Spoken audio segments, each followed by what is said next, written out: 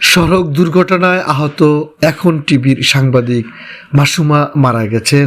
ইন্না লিল্লাহি ওয়া ইন্না ইলাইহি রাজিউন। আমরা মরহুমার মৃত্যুতে শিকড় নিউজের পক্ষ থেকে গভীর শোক প্রকাশ করছি।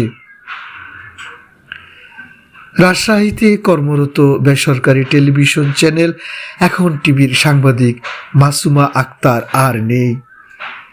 দুর্ঘটনায় আহত হয়ে 4 দিন হাসপাতালে লাইফ সাপোর্টে থাকার পর মঙ্গলবার 18 ফেব্রুয়ারি ভোর 4:15টার দিকে তিনি শেষ নিঃশ্বাস ত্যাগ করেন। মাসুমার গ্রামের বাড়ি নাটোরের গুরুদাসপুরের নারায়ণপুর গ্রামে। তার শ্বশুর বাড়ি কুমিল্লায়। বাবা মায়ের 2 সন্তানের মধ্যে তিনি একমাত্র মেয়ে। Masuma Rajshahi north Bengal international university থেকে গণযোগাযোগ ও সাংবাদিকতা বিভাগে লেখাপড়া করেছেন। আর সাংবাদিকতার যাত্রা শুরু 2014 সাল থেকে। এখন টিভির রাজশাহী অফিসের সিনিয়র রিপোর্টার রাকিবুল হাসান রাজীব গণমাধ্যমকে বলেন, গেল শুক্রবার বিকালে মাসুমা স্বামীর সঙ্গে কুমিল্লায় শ্বশুরবাড়ি যাচ্ছিলেন। কুমিল্লায় বাস থেকে নেমে সিএনজির সঙ্গে ভাড়ার বিষয়ে কথা বলছিলেন তারা। এ সময় একটি দ্রুতগামী বাস তাদের ধাক্কা দিয়ে চলে যায়। এতে তারা দুজনই রাস্তার উপর ছিটকে পড়েন। এতে গুরুতর আহত হন মাসুমা। স্থানীয়রা আহত অবস্থায় তাদের উদ্ধার করে হাসপাতালে পাঠান।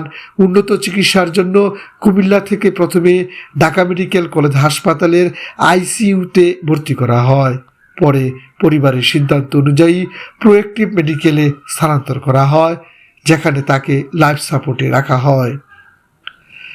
রাকিবুল হাসান রাজীব জানান, মাসুমা আক্তার 2023 সালের 26শে ডিসেম্বর এখন টিভি রাজশাহী ব্যুরো অফিসে ক্যারিয়ার শুরু করেন। তার গ্রামের বাড়ি নাটোরের গুরুদাসপুরে। তিনি আরও জানান, পড়ালেখা শেষে রাজশাহীর বাংলার জনপদ নামের একটি মাল্টিমিডিয়া প্ল্যাটফর্মে কাজ করেন তিনি। পরে এখন টিভি নিয়ে তার টেলিভিশন ক্যারিয়ারের সূচনা হয়।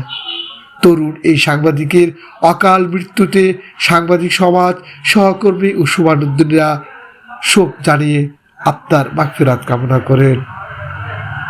শিকড় নিউজ ডেস্ক, ঢাকা।